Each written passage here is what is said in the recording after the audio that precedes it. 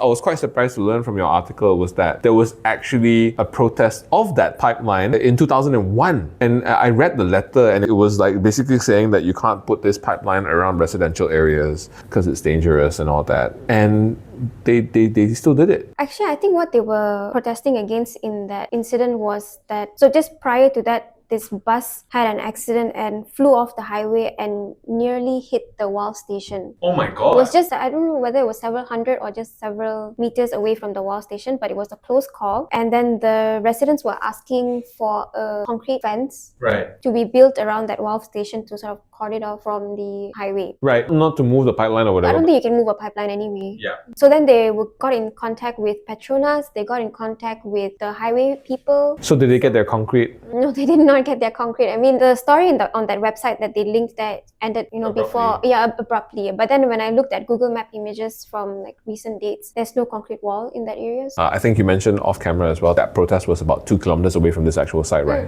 But it was the vicinity. The actual thing that caused the explosion, we don't know for sure. But we do know that some people complained about some digging that was going on in that same area. Along with those videos of the explosion, there were also videos from dash cams of people driving through the area, and they were showing a lot of digging happening around these newly built shop lots. That this digging was happening just prior to the explosion. In your research, did you come across anything that showed like how deep these pipelines are supposed to be versus everything else? Like, do we have in Malaysia like a standard of that? I'm sure there is, because there's also a standard on how far you can actually build from homes, and there are regulations. But I think that is also part of the debate right now, because it might seem that these regulations weren't enforced and not entirely accurately. Or it could also be that, contractors built too close to these pipelines, even though they shouldn't get clearance for it. Is it like how the highway speed limit is 110, but I always do it 112 or 115, that kind of thing? Like, that's a very Malaysian thing to do, right? Let's admit it, we all do it, right? It's not just me. It's just you.